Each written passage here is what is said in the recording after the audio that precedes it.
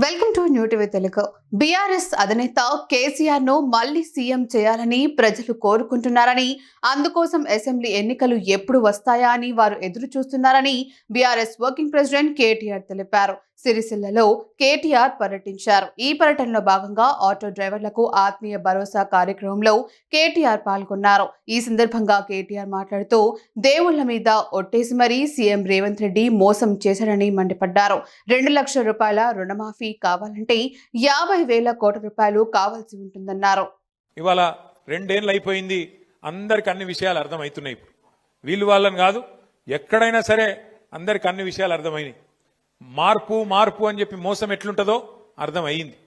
మార్పు మార్పు అంటే ఇప్పుడు ఎదురు చూస్తాను అందరు, ఎప్పుడు ఎలక్షన్ వస్తుందా, ఎప్పుడు మళ్ళా కేసీఆర్ గారిని తిరిగి తెచ్చుకుందామా అనే ఆలోచన ఇలా తెలంగాణలోని ప్రతి బిడ్డకు, ప్రతి కుటుంబంలో ఉండే ప్రతి అన్నకు, ప్రతి తమ్మునికి ఉన్న మాట వాస్తవం. ఇంకొక మాట నేను మీకు గుర్తు చేస్తున్నా. నేను మొన్న జూబ్లీహిల్స్ ఎలక్షన్ అయింది, నేను ఆడ ప్రచారం చేస్తున్నా. ఒకరోజు మీ ఆటో అన్నలకు అండగా నిలబడాలి, ఈ ప్రభుత్వానికి సిగ్గొచ్చేటట్టు ఒకరోజు అందరం కలిసి ఆటో ఎక్కుదాం, ఎక్కి ఆ ఆటో అన్నలతో వాళ్ళ స్థితిగతుల గురించి మాట్లాడదాం. మరి 162 మంది ఇప్పటికే ఆత్మహత్య చేసుకున్నారు.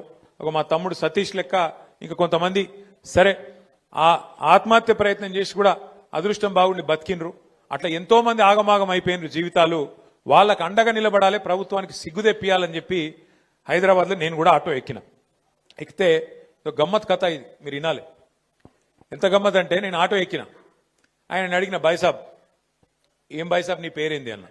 సార్ నా పేరు మష్రత్ అలీ సార్ అన్నాడు. ఎవరు తెలుసా ఈ మష్రత్ అలీ?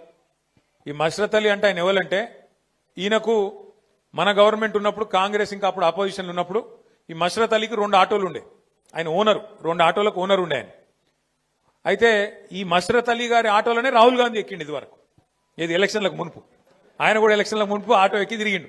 మీకు ఇది చేస్తాం, అది చేస్తాం, నెలకు 1000 రూపాయలు ఇస్తాం, అల్లం బెల్లం అని మాటలు చెప్పి రాహుల్ గాంధీ, ఏదో రేవంత్ రెడ్డి చెప్పిన మాట కూడా కాదు, రాహుల్ గాంధీ చెప్పిండు మీకు మంచి చేస్తాం, మమ్మల్ని గెలిపియండి అని.